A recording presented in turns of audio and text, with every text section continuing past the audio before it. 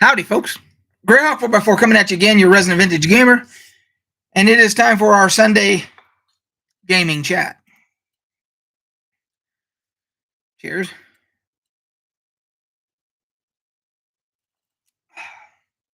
So, hey, Chupa. Got a couple things to touch on today. How are you doing? Frizzy here, trying to fix the frizz there. We'll see if we get a few more people in here. We're gonna talk about this magazine right here a little bit. Interesting little tidbit to tell you about that. Oh, I had to rush also to get things ready. So I did not get a chance to do a mic test. So can you tell me if the sound is good? It should be, but I usually do a mic camera test before, but I was rushing because we had to. Hey, there's 8-Bit Bill. Okay, good. Yeah, because the wife, had her annual doctor visit, just like we all do. You got to go to the doctor once a year, get your checkup and all that. And she's pre-diabetic. She's not diabetic, but she's pre-diabetic, and so now she's on a health kick. She was told she was pre-diabetic, so now, and if she's on a health kick, that means I got to be on a health kick, right? So we had to go to 2 stores this morning to do grocery shopping to get all the health stuff, right? So that was why I was rushing to get to the computer to start this. Yeah, so she's making all the healthy stuff. Now how long this will last, we'll see. But I'm still drinking my beer, so.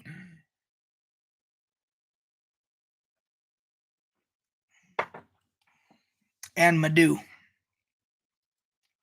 So,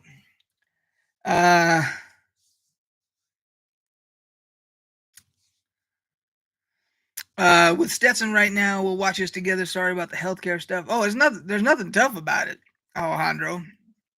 No, it's just like when you go to the doctor and you get a checkup and the doctor says, "Oh yeah, your number's a little high here. Your cholesterol's up a little bit," and it's like, but my wife, when she hears that, she's like, "Okay, I got to change everything." She's got to change all her diet, and which means I got to change my diet and all that. But again, we'll see how long it lasts.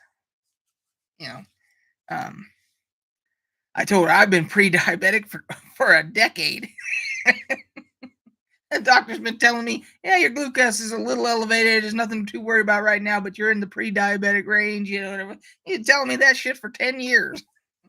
And one day he'll probably say, hey, now you're actually getting to the danger. You're getting close to being diabetic. He might tell me, and then I might say, okay, well, but again, and one of my best friends, I was telling him about it, and he's like, yeah, he goes, I've been pre-diabetic for 10 years too, and it's like, it's like, I'm 55. It's like, I'm going to live my life,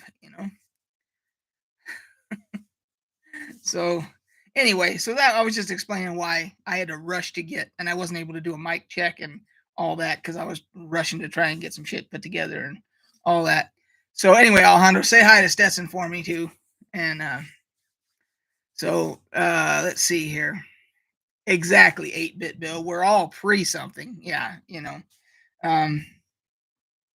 but hell, you got to enjoy life too. So anyway, so I thought that so first of all, in our campaign, our D&D campaign, our Dolmenwood Old School Essentials campaign, I will be doing I probably will be doing one. There isn't going to be a lot because it was a lot of stuff done in town. It was a lot of us making it for the first time to a big town and basically trying to do some shopping for our characters for gear and stuff like that. So it's not real exciting stuff or whatever, but nevertheless, we had fun, and we did have a couple of encounters along the way and everything. So, but I will do a separate one, but it probably won't be a very long one. Um, and then, oh, I wanted to talk about, so for any of you that play on consoles, I have a question. Horizon Forbidden West dropped on consoles. It's not available on PC yet. Who knows when, if it will be. But apparently, it is being very well received. A lot of places are saying that it's a masterpiece and all this. So I was hoping that somebody in here has picked it up and started playing it or whatever to try and give us a little bit of firsthand info. Now, what is it? Horizon Zero Dawn was the first one, which I did not play, and I'm kind of kicking myself for that. I'm really kicking myself because it was on sale for the Christmas sale, and I didn't pick it up. It was 50% off. And so when hearing this, I'm like, well, maybe I should go back and play the first one now that this one's getting good reviews and everything. It's not available on PC. That'll give me time to do the first one. And it's full price, and I don't know if it's going to be on sale for a while now, considering how good this one's doing. It's $50. Now, I may end up dropping the $50 anyway, just so I can play it.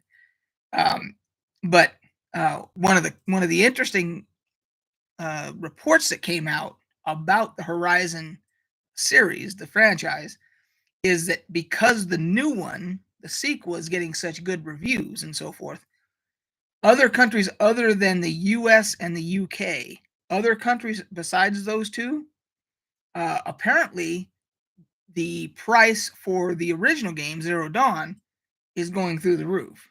And so there's some, looking into why they're gouging people or whatever, which I don't know that I don't think there's anything they can do to stop it, but it's just kind of interesting to see that here, you have a regular price point, which is $50 for the game, but other countries other than the US and UK. Now, mind you, our stuff's more regulated. Maybe the other countries aren't regulated or whatever, and those are, and I'm talking about for the digital versions, just on the PlayStation Store or whatever, the prices are going up. So it was an interesting read to see what's happening. I never have heard of that with a video game before.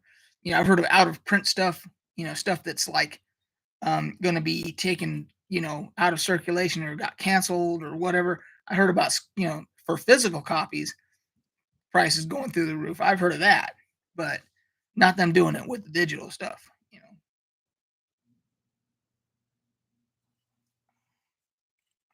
I don't know if any of you guys heard that or not, but about that story. Let's see. It looks like we're down to only one person again, so a few people dropped. It might just be Chupa in here now. Anyway, I wanted to talk about that a little bit, and then the good old PC gamer. I wanted to tell a story about this real quick. So it's funny how things happen. Almost ironic. It says that's interesting for a 2017 game. 8-Bit Bill says, yeah, and that's what was strange about it, was like the way the reports I was reading were, that because the new one's getting these reviews and everything, they're jacking up the price of the original one on all these platforms. And of course, they're saying not in the US, not in the UK. Again, those are more regulated. So these other countries are basically taking advantage of people, I think. So with good old PC Gamer, I have been a PC Gamer subscriber for over 20 years, probably 25 years. I don't even know how long it's been in circulation. Now, I got a thing the other day about, in the mail it might have been, saying, oh, your subscription's getting ready to run out, resubscribe at this discount rate, whatever, And I know that print magazines are all going out of business. No one's doing print magazines anymore. PC Gamer's been hanging on. And for the most part, this magazine is a shell of what it used to be. Now, that was before this latest edition. So I literally had just got that, and I said, I'm probably not going to for the physical edition. I don't really need to get a physical magazine anymore. Um, I've got 20 years worth because I've kept them all. And I said, I probably don't need to be collecting these things anymore. And then, literally the next day after I said that to myself, I get this new one. And in this new one, they have a full article, which blew me away. They have an article about a game called The Matrix Online. It was an MMO based on the Matrix franchise. Now, maybe they're doing this because the new movie came out like a month ago or whatever it was. Didn't do very well. I have not seen it yet. I will see it. I've been putting it off because I don't want to be disappointed. I heard it wasn't real great. And so maybe that's why they did the article. I don't know. But the fact that they spent, and then when you go to the actual article, it's actually a featured article. And they spent, so there's the start of it. And of course, it's got the standard Matrix, background and all that. Proudfoot Underhill, howdy. And then there's like several full page spread on this thing, all about the original game, The Matrix Online, that came out in 2005. More. I mean, it's a huge feature article and everything. They put some time and effort into this. And basically what they're saying is that it is the MMO that won't die because, from reading the article, I found out there is an emulator for The Matrix Online. You can go play The Matrix Online still. Now, it's not as far along as Star Wars Galaxy's emulator is, but it's there. And I thought about it. I was like down, nostalgia road there. I'm thinking, man, that was a different game because the mechanics were all different, because your character that you're playing is in the Matrix, not in the real world, because the real world's all like post-apocalyptic and everything else like that. So your character's but it's all basically code, in the game. Your character's code, everything in the world is code, everything else like that.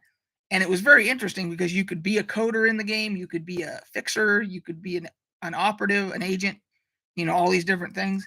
And it was really interesting. And so what I thought was, I'd show you guys. So that's the original box from back in the day, 2005, for The Matrix Online. And it was put out by Sony Online Entertainment, same ones that did EverQuest and Star Wars Galaxies and all that. And it was a different type of game completely from anything you'd ever played before. There was the thing for the discs. There was 3 discs, and the artwork was pretty good for the time. And you got to it was kind of like almost like a a cyberpunk type thing, because that's what the Matrix kind of the aesthetic is and all that. And I even have the official guide for it from back in the day. And I mean, there was a lot of information, and this one even came with a big ass map of it's called Mega City, which of course is in the Matrix. They came up with this big ass map, and see if I can. So you got your big ass map there, like that, of the whole city and everything, and then you got your 3 different disciplines that you got to be. You got to be a coder, a hacker, or an operative, and it had all your different skills and talents and all that stuff on it. And apparently, for the emulator, it's just like all the other ones. You got to have your original discs. And lucky for me, somewhere in here, I know I just for me, I've still got my Matrix Online discs right there, all 3 of them. So this magazine just got me to subscribe. Because of that, this magazine just got me to subscribe for at least another year. the fact that they took the time and were interested enough in a story like that to put it to print and everything shows me that they're not just focusing on the Call of Duty current Call it, and as they should be interested in all the new stuff, all the new games that are coming out. But the fact that they're going back and they're doing, detailed stories about older games, um, preserving the history of games and all that, that earned another year's subscription out of me, at least another year's subscription out of me. So I'm going to be doing that. But it's just funny because I literally just made the decision before this one came out. I was like, I don't think I need to subscribe anymore. And then this came in, and it's like, all right, you earned another year from me. I mean, that's the way that it works. I got to reward them for putting out that effort. It's just a small thing to, price to pay for another year. But for me, it's just a show of respect that says, hey, thanks for, doing that kind of stuff. So, uh, did any of you guys, I mean, I don't know how many of you in here are of the, I know a lot of our regulars are my age, so I don't know if there's anybody else in here that played the, when it came out, Matrix Online, the original, but it was definitely a different, it was fun, and it was a different experience. So, if you are interested in playing on the emulator, because if you never got a chance to do it originally, I think all you got to do is go get some discs off of eBay or something, for a set of discs, and because I'm sure there's tons of them out there, and people are probably and they're probably pretty cheap. So, um, anyway, so I wanted to talk about that a little bit. And speaking of, hey, Lindis, so this hat is the, I want to say it's the Orem Owls. It is the minor league baseball team for the California Angels, or the Los Angeles. I guess they're the Los Angeles Angels now. This is their minor league team, and they're here in Orem. So because we don't have a major league team in the Salt Lake, Utah area, Salt Lake City, Utah area, we have two minor league teams. We have the Bees and we have the Owls. And we went to an Owls game, and I just thought I thought the logo and the hat was cool. So we could go with that too. It's not. It certainly does look like one, doesn't it? Now that you said that, I wouldn't have thought of that, but you're absolutely right. It does look like it could be an Angry Birds hat. No, it's the Orem Owls, and yeah, again, they are because if you notice the color pattern is the same as like the LA Angels. So that they get a lot of their people on the Angels that come up through the farm system come either through the Bees. I think that's their other minor league team, but between the two.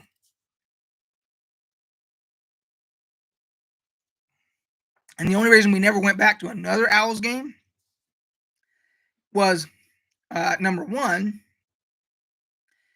If you go to the ball game here at now, this is maybe 15 years ago when we went, so it may have changed by now. But at that time, you couldn't get beer at the game, which was one thing. Okay, no problem. But they also didn't have peanuts.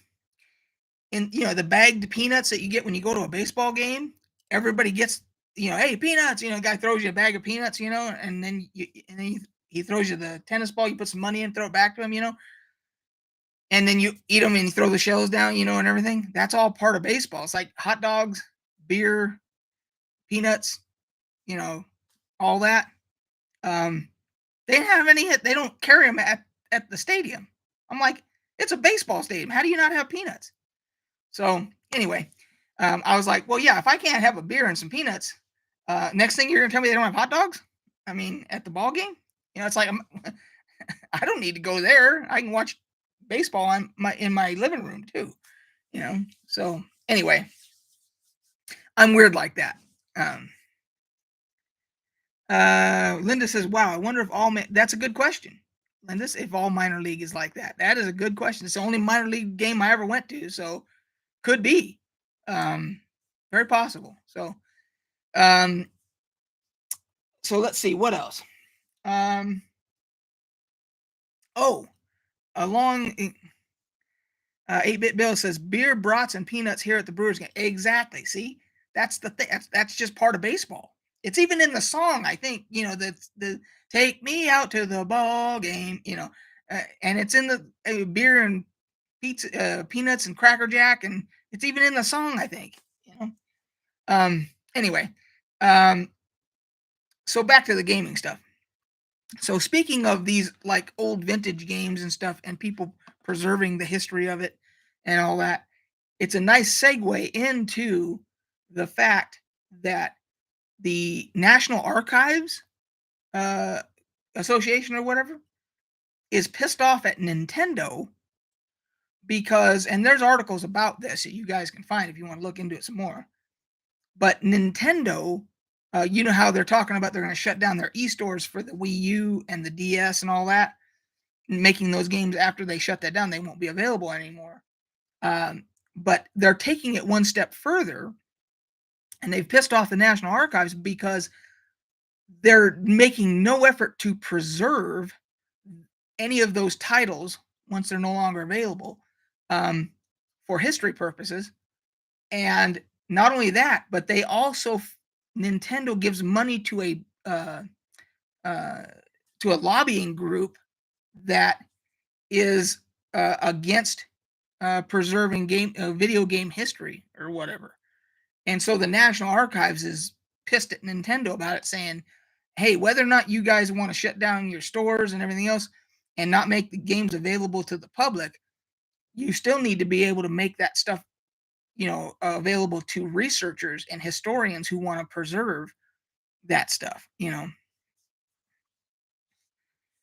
that's what I'm talking about, Bill. Is that because I reported on that the day that dropped, that was announced. But now there was a story even after that saying that now the National Archives is pissed because they're not only are they doing that, but they're making an effort so that the history versions versions of the stuff aren't even available to the National Archives to archive all that stuff for history's sake, because the National Archives considers video games art, and they preserve everything. They preserve all different types of art and so forth.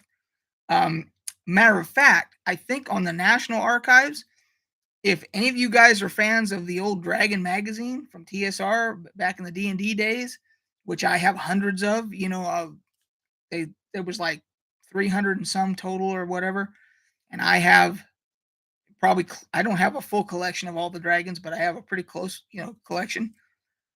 You can get all the PDFs for all the Dragon magazines through the National Archives. It's free because they preserve history in gaming. And I saw the link a couple years back or whatever to the National Archives. I don't know what it is off the top of my head. I'd have to look it up. Um, that was the question, Bill. Why would they be working hard to stop that? No one can get an answer. And let me see if I can find the article real quick here.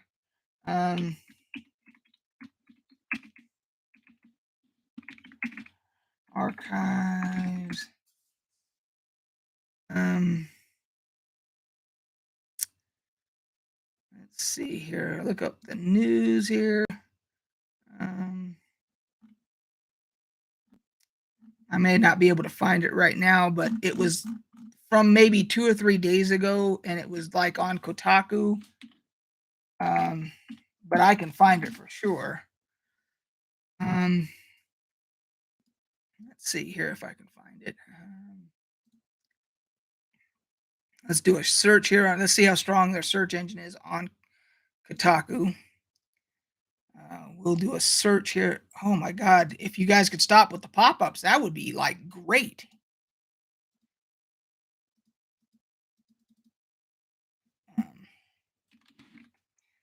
So your search, it doesn't even work. You click on search and you can't even get to a search box. There it is. Okay. Nintendo.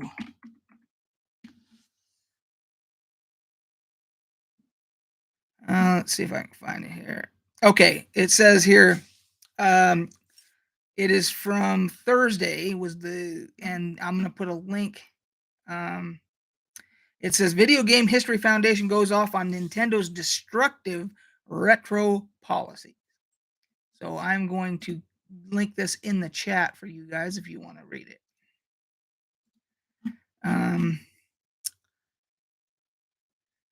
let's see here. Let's do that. And that. There you go. There's the article if you guys want to check it out. Abdul Rahman Qureshi. I wonder if I'm getting that correct. I kind of pride myself on being able to with pronunciation. So Abdul Rahman Qureshi, I believe is how you would pronounce that. Howdy. What is your favorite game of all time? Well, are you talking about tabletop games or are you talking about video games? If you're talking about video games, my favorite game of all time is Star Wars Galaxies. If you're talking about tabletop, my favorite game of all time is first edition Dungeons and Dragons, advanced Dungeons and Dragons.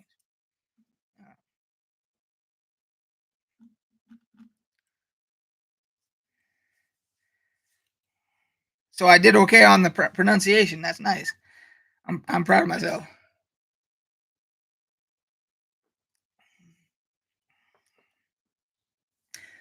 Yeah, it's one of the things. My vocabulary and pronunciation is one of the two things that that I tried to work on throughout my life. I was always an avid reader. I was not a good student in school, so uh, I went to college for off and on for a while. You know, not like I didn't enroll in a college. I took college courses throughout my adult life here and there, but I was never really a great student. But I always tried to work on my vocabulary, my reading, and pronunciation and stuff like that. So,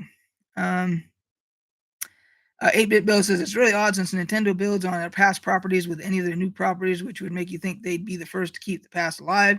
Weird. Again, yeah, that's why the news story was just like kind of out there, and it was like, why would they do that? You know.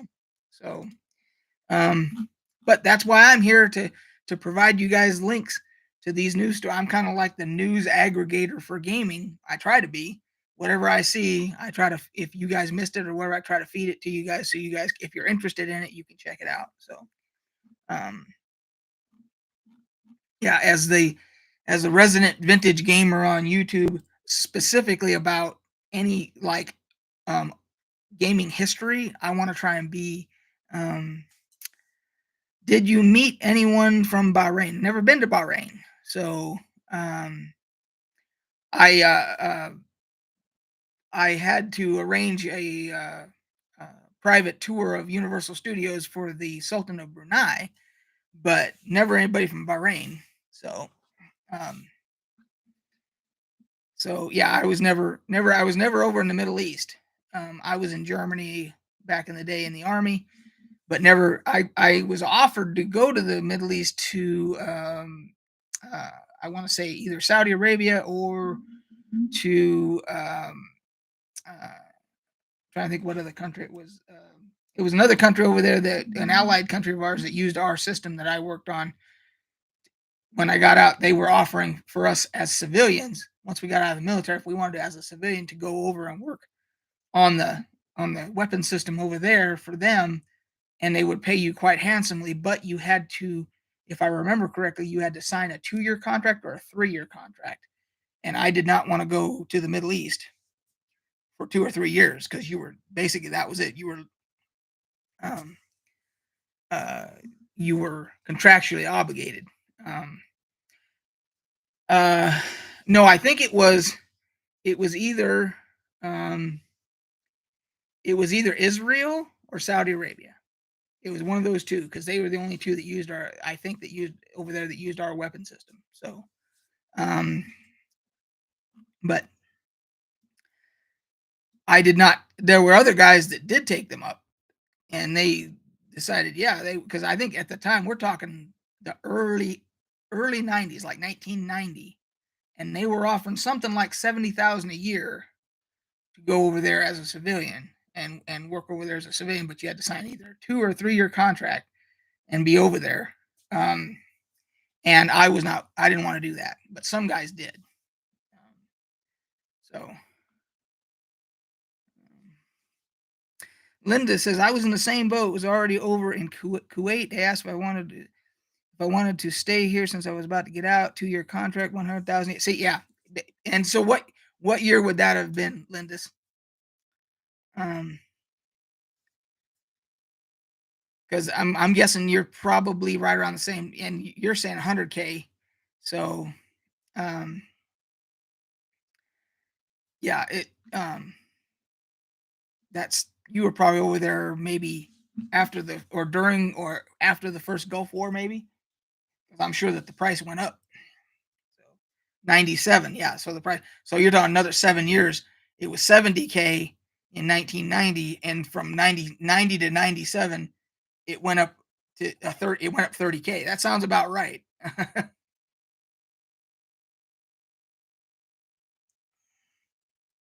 So, um, what else did I want to talk about?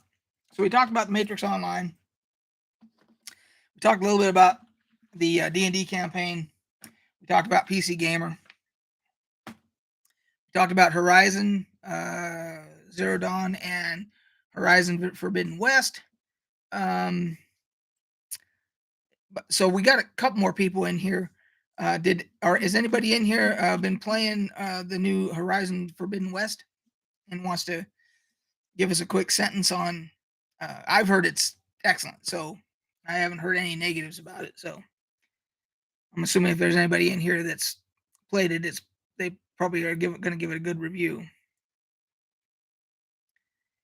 NFT. I know. I know very little about. I know that stands for non uh, fungible tokens, and I know that it's basically digital property that people are now trading monetarily using cryptocurrency, and even I'm guessing you can buy it with real cash if you want to buy NFTs with that.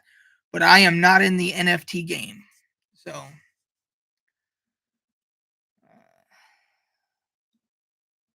I know that's a big talking point right now. But yeah, I don't see myself ever getting into the NFT game. So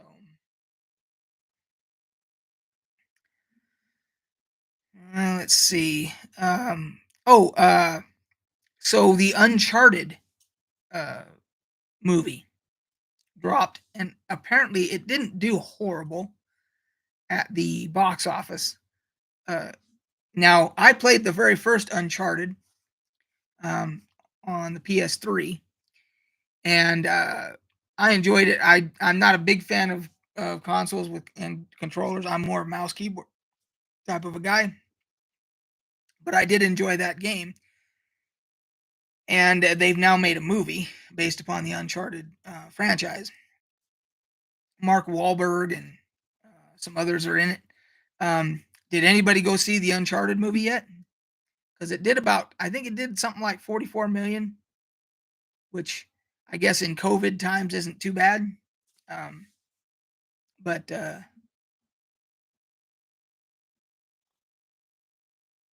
Linda says, I really want to see that movie. My son got into the game, so I played all four and loved them. I own, because when I bought my PS3, um, I got like the Uncharted bundle. And so I think I have Uncharted 1, 2, and 3. I think I have three of them. I don't have the fourth one. I've only played the first one. Um, and if I ever get the itch, I'll probably get on and try and play the other ones too. And if I do, it'll be one of those things where I'll get obsessed with it and I'll play them all the way through, you know. So yeah, what did you so Lindis, what did you think of the trailer of the oh, you got the bundle too? Okay. What did you think of the trailer for the movie? Because I was kind of mixed on the trailer. I was like, I don't know, because video game movies or game movies based on video games don't generally do very well. Now, Tomb Raider, which I happen to have a poster of behind on my wall back here, that I'm looking at right now. The Tomb Raider movie actually did really well. So that was like the exception. Um, Yeah, the original Tomb Raider with Angelina Jolie did really well. I haven't seen it. I don't like watching trailers because too many show too much. I agree with you 1000% there, Lindis. Um, Especially more in the more recent years. Uh, I would say that you are 100% correct because I have seen that like probably in the last 5 to 10 years the trailers coming out specifically the fact that we have the internet now and they can drop them on YouTube, they can drop on social media anywhere they want to, that they give way too much away in the trailers and it kind of ruins the experience. And then of course you have that, and then you have with social media, you have dickheads who want to drop it just randomly just drop spoilers. Um, I had somebody ruin uh, a major movie for me because I can't remember if I was in somewhere on social media. It might have been Facebook. And it was a story. It wasn't even related to the movie. Had nothing to do with the movie. Something separate. And some dickhead just dropped a comment in there with the major spoiler for the movie. So, because I was trying to avoid spoilers, but I didn't think, whatever. What I don't know if it was a post about beer, it was a post about cars, could have been a post about sports or whatever, and some dickhead just randomly put the spoiler in there. And I'm like, well, how do you avoid spoilers if people are going to pull that kind of shit? The magic of cinema is dying or dead, maybe. Yeah, I don't go to the movies anymore. My wife and I wait till they're available to stream, because the idea of me, I'm I don't know if it's a gore. Is it agoraphobia where you don't like crowds or whatever? Um, as I get older, the less and less I want to be in crowds, and the idea of going to a movie theater with a bunch of people, just absolutely does not appeal to me whatsoever for any reason. People say, "Oh, you got to see it on the big screen." I got a big ass TV. I got a big ass TV and surround sound, and I got a mute or not mute pause button that I can pause the movie if I got to take a leak. If I want to get up and get a snack, whatever.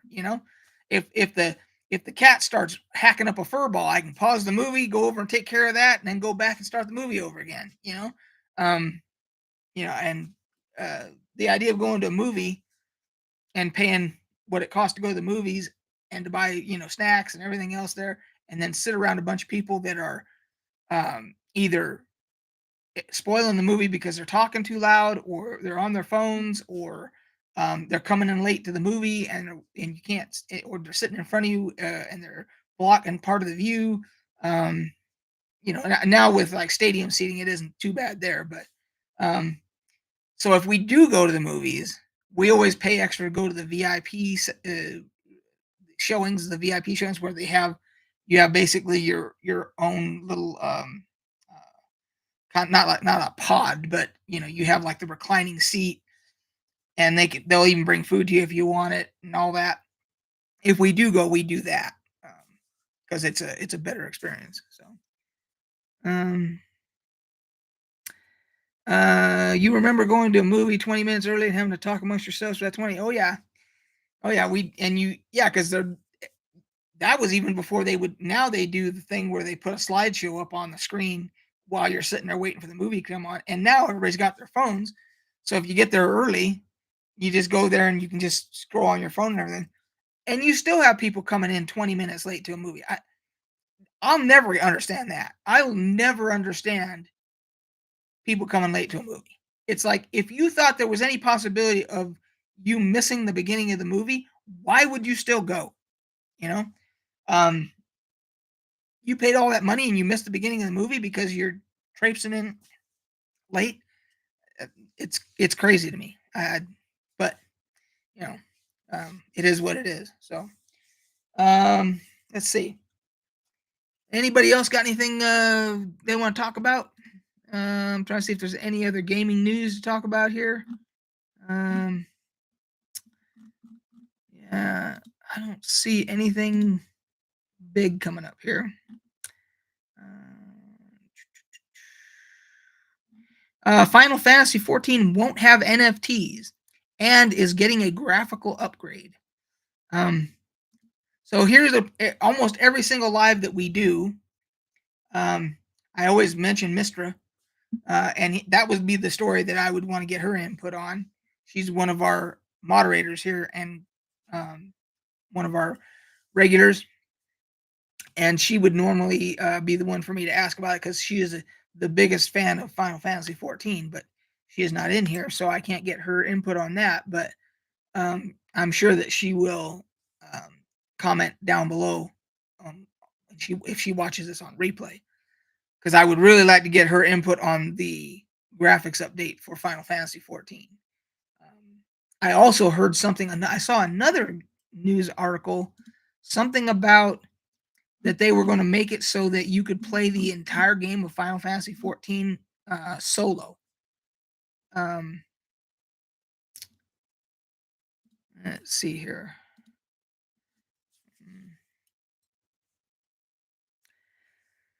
Proudfoot Underhill, do you play Greyhawk in 5e or just AD&D? So right now, just in AD&D, first/second edition. I would not be. Well, no, I take that back. Let me think about this for a second. I have to correct myself. When I was at GaryCon, the last GaryCon, I believe that was live before COVID. I was at GaryCon and I got my 5th edition Keep on the Borderlands reboot designed for 5th edition from Goodman Games. And Keep on the Borderlands takes place in Greyhawk. While we were at GaryCon, we had a small room for me and my buddies that we had commandeered and decided, hey, we're just going to play. I said, I'll DM it. And we rolled up characters, and at GaryCon, we just played the new Keep on the Borderlands for 5th edition. And so I did one time. That was it. And then other than that, it's only been for first, second edition. But that doesn't mean that down the line, things always change. I could decide, you know what, I'm going to try and just do an entire Greyhawk campaign in 5th edition. I'm not saying I wouldn't. So I think somebody should, for sure. I think they should make new Greyhawk content for 5th edition. Dr. Randy James, PhD. Hey, love your content, man. Right back at you, man. Thanks. You're a doctor, so whatever it is that you do, whatever content you put out, Dr. James, I'm sure I love whatever you do too, because you went to school for however long it took to get your PhD. So whatever it is that you do, I'm sure I would love it because you put a lot of time and effort into it. So let's see here. Yes, I've heard about that. Don't have it yet. Yeah, I have. I do own all of the Goodman Games 5th edition redos of the original D&D content. The Temple of Elemental Evil, Keep on the Borderlands, Barrier Peaks, was it the Lost Hill? There's, and I might be forgetting one or two. Castle Amber. Dr. James, if you look in the description below for this video and all of my other videos, I have my P.O. Box address in the description there. And yeah, I've had some people send me some stuff already. And I'm always very thankful when people do. So that would be anything that you send is greatly appreciated. And I always, if people want, I usually once I get the item, I usually, unless they tell me otherwise, unless they put a note in there saying, hey, this isn't anything I want you to share, this is just, for you, whatever. Unless they do that, I usually show the channel whatever it was that somebody sent me. So, Dr. James, what is your PhD in? I'm curious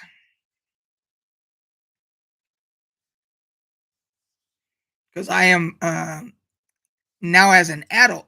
Again, I wasn't a great student, but as an adult now, a middle-aged adult, I am obsessed with science and uh, documentaries and all that stuff. So I have um, obsessed over different types of uh, intellectual material, uh, everything from the Smithsonian Channel, History Channel, American Heroes Channel, um, all those different Discovery, and some stuff on Discovery is dubious, but um, nevertheless, and history like I'm a history buff, like I'm a Revolutionary War buff.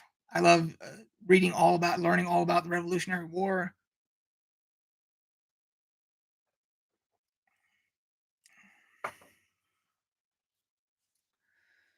So we're at 46 minutes. Um, I'm trying to think. So we talked about the Nintendo stuff. We talked about Horizon. We talked about Final Fantasy 14 announcements. We talked about the Matrix, the throwback to the Matrix Online. Um, for anybody that joined late, I did a whole thing about a throwback to the Matrix Online MMO from way back because there's an emulator now that if you have your original disc or if you can get some original discs, you can actually play the Matrix Online again through an emulator. So if you missed that, you came in later, you can go back and watch it. Um, let's see. Yeah, I'm starting to think that counter that shows me how many people are in the stream, I'm starting to think that's highly inaccurate because uh, I know for a fact when it says like there's two people and then all of a sudden I get like three or four different people commenting and it hasn't changed, I know okay, this thing can't be trusted. So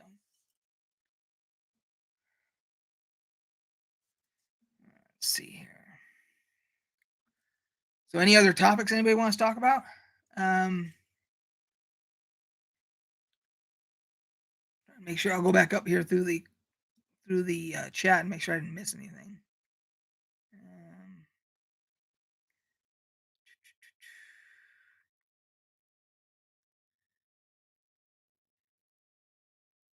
doesn't look like it. Looks like we're all caught up. Okay.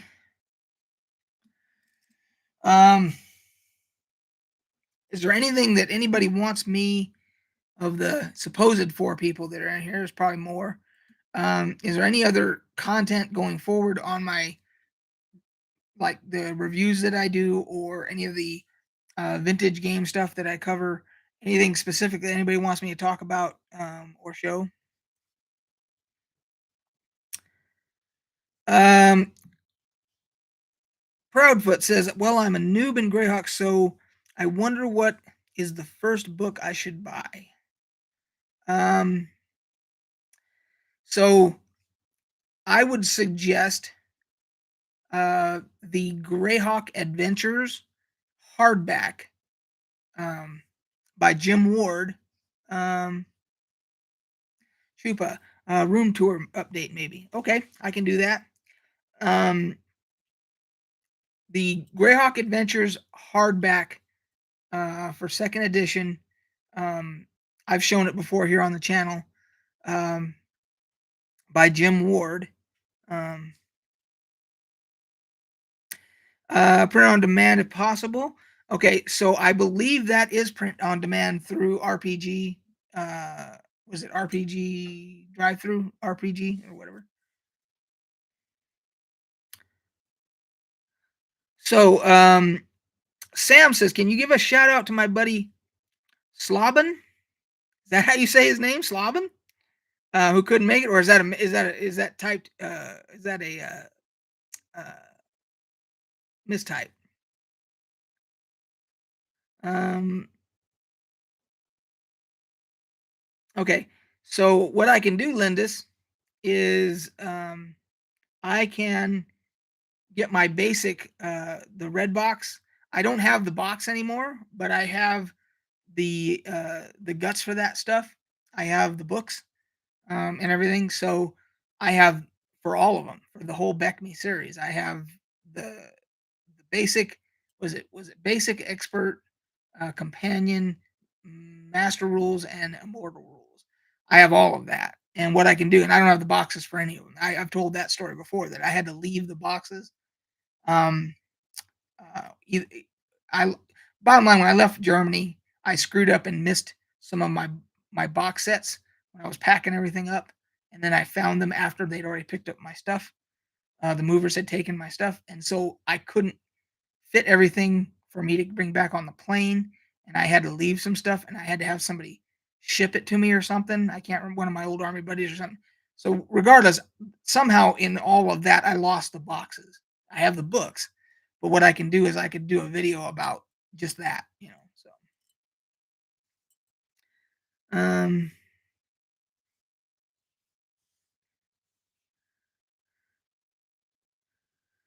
so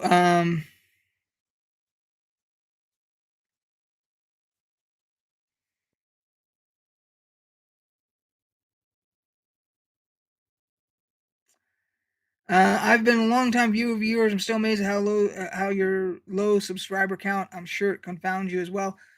Well, part of the problem that I see, Bill, is that I was monetized years back, and then um, the uh, wizards at YouTube decided that if you didn't have a certain amount of this or a certain amount of that, you were going to become demonetized again.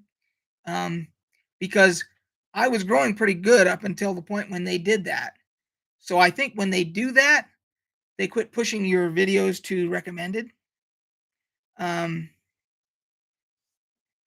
so yeah, I think that had something to do with it. I think I'm slowly reaching back up to the point where I'll be able to um, get monetized again. And I think when that happens, uh, you know, um, I think I'll start growing exponentially again because I think my videos, because they do put ads on my video, but this part pisses me off. They put ads on some of my videos, and because I'm not monetized, I don't get any of that. I don't get any kind of a residual for that or anything. And not to say I ever made any real money when I was monetized.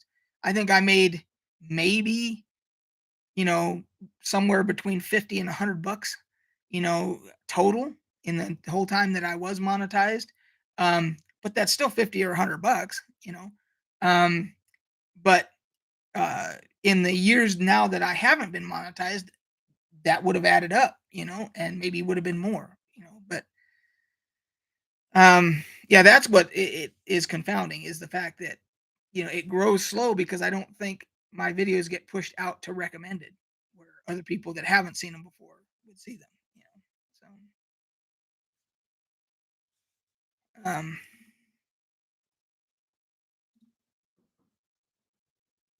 let's see here. Um, so I will do that, Linda. So far I've got an updated room tour, um, and a uh, basic box set, the red box, etc. A video about that. So I'll decide on the the the room tour will definitely be an uploaded video where I might do the other ones during a live. I might do the Beck Me stuff during a live. So we'll have to see. So um,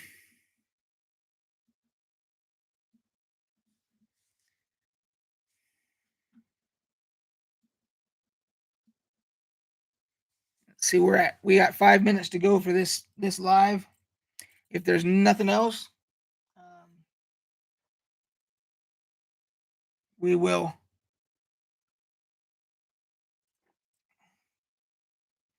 Yeah, the room tour. I will wait till I'm done with my cataloging project so that I can make the room presentable again. get stuff put away where it belongs and all that. Um, on some of my other stuff, I've still got a bunch of labeling and stuff that I need to print out and do that to get it to where it's presentable. So it might be a little bit on the room tour one, but 8-bit Bill, talk about any Kiss stuff you own. Yeah, I own a lot of it, so I could certainly do that. I don't know. I'm sure there's just a handful of people that would be interested in that, but some of it is kind of, from a collectible standpoint, it's pretty cool. The action figures that I own, those are they were made by McFarlane, so same guy who did Spawn. So he did all the Kiss action figures that I have. So those are pretty cool. Um, and what we could also do is we could always do story time videos. Like I could do story times about my military time. And we could do story times about my time in security at Universal Studios. Um, that kind of stuff too. Um, yeah, we could do that stuff too. So.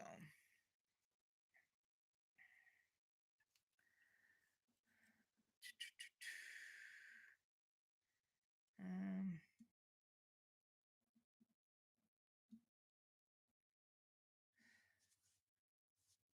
I didn't get an answer from Dr. James about his PhD. I'd be interested to see what his PhD was in.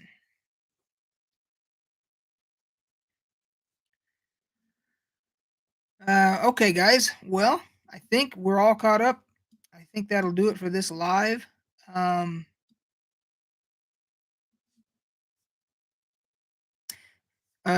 Jason says, I'm here to drink beer and battle dragons. Right on, man. Um, no D&D today, so I won't be battling it. Well, I could be battling dragons if I decide to play any number of video games that has them in it, but no D&D today. But definitely drinking some beer. I might even have to play a couple games of darts on the old dartboard after this live is over. Cheers. Yeah. I actually got for my next beer 30, I actually got another microbrew that I haven't tried before that I can't wait for the beer 30 that I do on uh I do that on Tuesdays. So Tuesdays beer 30. Um Jason says darts for the win. Hey Bastille, how are you, man? Better late than never, man. No problem. Yeah, Jason, are you a darts player? Because I've been playing darts for uh, well about 30 years. Oh, well, I've been playing them longer than that. I played them in Germany when I was in the army. That was just kind of casual playing darts there in the pubs there. But then I started playing in a league um, about 30 years ago. So, and I haven't been in a league for a long time, but I have my own dartboard in my tavern here, which when I do the room tour, I've done it before. You can Jason says not in a while on darts, but beer for 30 years. Right on, man. Yeah. Jason, you'll appreciate this. I don't know if you're from California, where you're from, but this was in California back in the day. This was Crown City Brewery. They had, as far as I'm concerned, they had the best brewery experience. Like when you went there, you had to fill out one of these passports, and they had beers from uh, well over 100 different. Well, I don't know how many countries, but they had well over 100 different beers. Um, and you had to drink 100 different unique beers there and get the servers to sign off on each beer. And once you did that, you got your picture and plaque on the wall. You got a nice like polo shirt. Um, they're gone now, unfortunately. Um, but it was amazing to go there and like say, oh, I'm gonna get a beer from let's see, I'll get a beer from Thailand And then my second beer, I'll get one from India. Then I'll get the Poland one. I mean, you could just travel the world through beer at their brewery. Um, and of course, they brewed their own also, so those were on there too. So yeah, I've talked about that before, but if you missed it before, yeah, that was a great place. So, all right, guys. Well, Rapid City, South Dakota. I don't think I've had anybody from South Dakota before in here, so welcome. I've been to South Dakota. I've been to see Mount Rushmore and through the Black Hills, and I went to Sturgis the week before the rally. So I saw the Crazy Horse Memorial, and went to Custer State Park and camped at Custer State Park in South Dakota. So, yep. So done that. I've seen most of the U.S. So um, there's a few states I haven't been to, but most of them I have been to.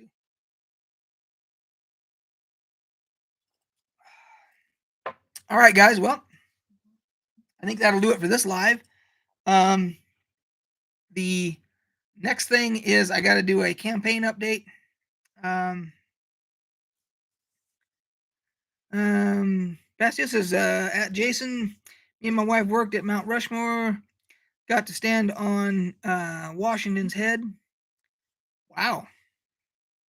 So Bastille, then about the secret like archive room that they have at Mount Rushmore, then um, where it's like a record storage thing that they've got there in the monument. I'm assuming you know about that too. Then, if you work there, um, it's not much of a secret anymore. They talked about it on different TV shows and stuff like that. So, yeah. So, all right, guys. Um, if there's nothing else, we will catch you guys on the flip side. See you tomorrow for the campaign update. I will be posting that. It won't be a long one because there wasn't a lot of exciting stuff we did and everything, but we'll do a short one, just so we can keep everything up to date, and then we'll go from there. See you guys. Catch you on the flip side.